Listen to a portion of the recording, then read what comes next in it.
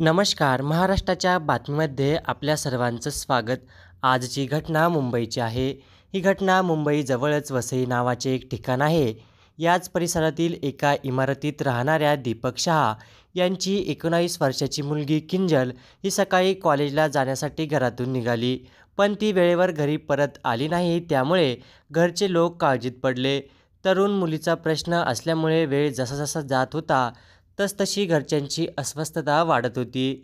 याचे एक कारण असेही होते की तिचा मोबाईल बंद होता. किंजल रात्री 10 वाजतापर्यंत घरी परतली नाही. तेव्हा तिच्या घरचे लोक चिंतेत पडले. त्यांनी नातेवाईक, ओळखीचे लोक आणि तिच्या मैत्रिणीकडे चौकशी केली, पण कुठूनही काही पत्ता लागला नाही. यामुळे सर्वांना चिंता वाटू लागली आणि त्यांना काहीतरी अघटित घडल्याचा संशय येऊ लागला.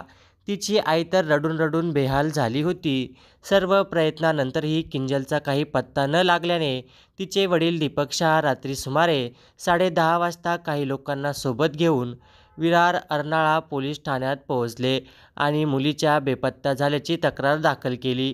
तक्रार दाखल होताच ठाणे प्रभारी के.डी. कोल्हे यांनी या प्रकरणाचा तपास एस.आय. दत्ताप्रसाद शेंडगे यांच्याकडे सोपवला.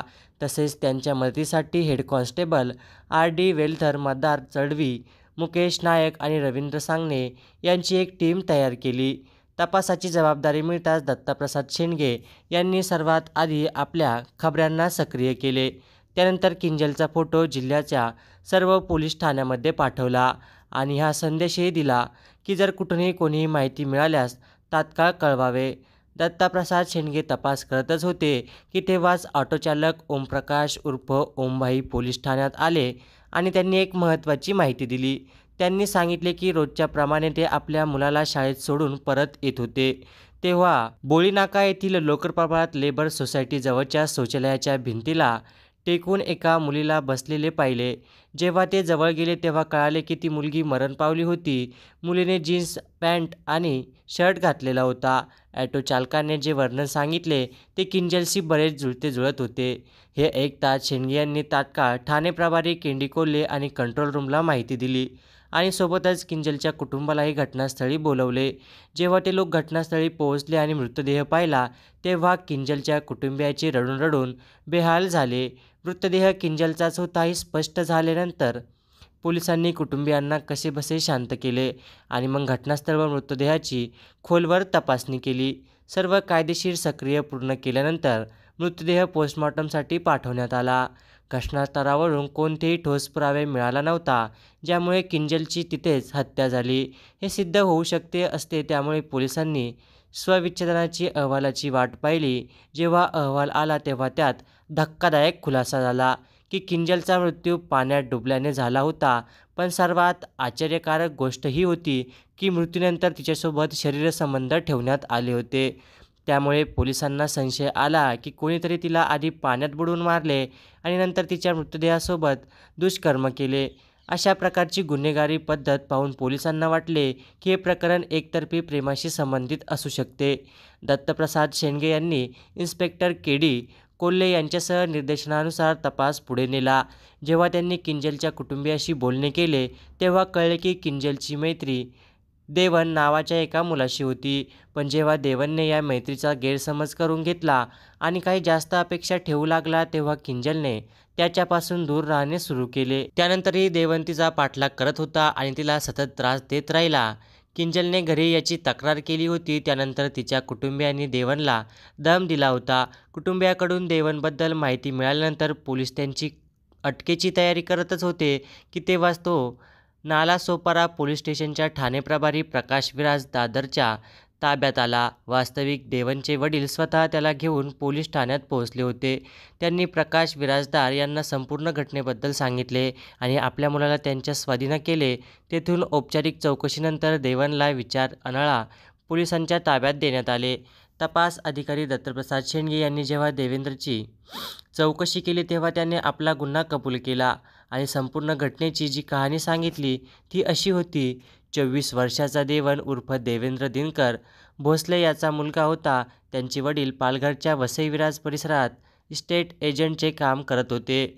देवन त्यांचा एकुलता एक मुलगा होता. लाडात वाढला होता. याच कारणामुळे त्याने 10वी नंतर शिक्षण सोडून दिले आणि वडिलांच्या कामात मदत करू लागला.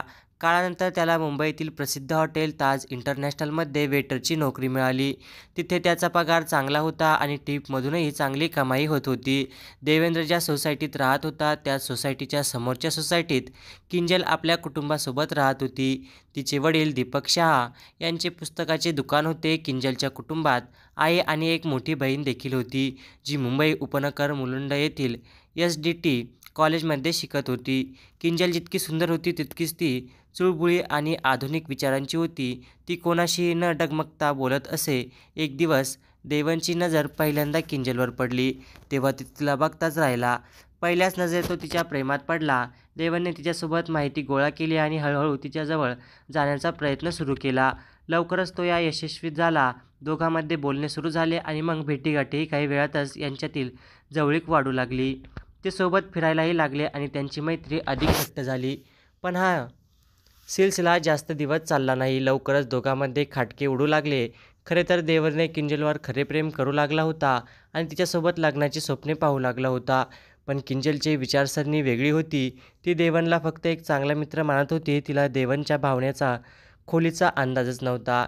किंजलचे इतर मित्राशी हसून खेळून बोलणे भेटणे देवानला आवडत नसे.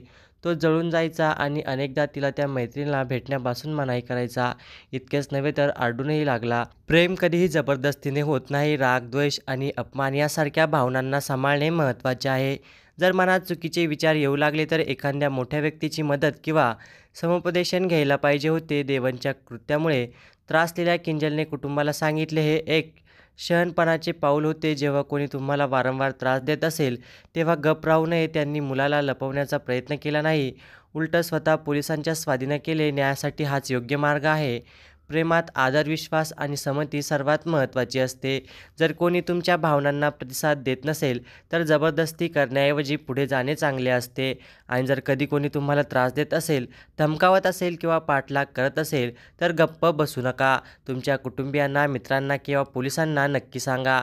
तुमच्या शांततेमुळे कोणाची हिंमत वाढू शकते. अशा घटना आपल्याला हे विचार करण्यास भाग पाडतात की नात्यांना समजूतदारपणे कसे हाताळावे आणि योग्य वेळी योग्य पाऊल कसे उचलावे किती महत्त्वाचे आहे, जेणेकरून एक आयुष्य तसेच निष्कारण संपू नये. आमचे उद्दिष्ट हे आहे की लोकांनी या घटनांमधून शिकावे आणि चुकीच्या मार्गावर जाण्यापासून थांबावे. ही घटना एक महत्त्वाची चेतावणी आहे, जी आपल्याला सांगते की आयुष्यात योग्य निर्णय घेणे किती आवश्यक आहे. आपण सर्वांनी मिळून एक चांगला समाज निर्माण करण्याचा प्रयत्न केला पाहिजे, जिथे प्रेम आणि प्रामाणिकपणाला महत्त्व असेल. तर मित्रांनो, आजच्या या घटनेबद्दल तुमचं काय मत आहे, आम्हाला कमेंट करून नक्की सांगा. आणि अशाच व्हिडिओ पाहण्यासाठी आपल्या चॅनलला सबस्क्राईब करा. भेटूया नव्या व्हिडिओमध्ये नव्या विषयासह. तूर्तास धन्यवाद.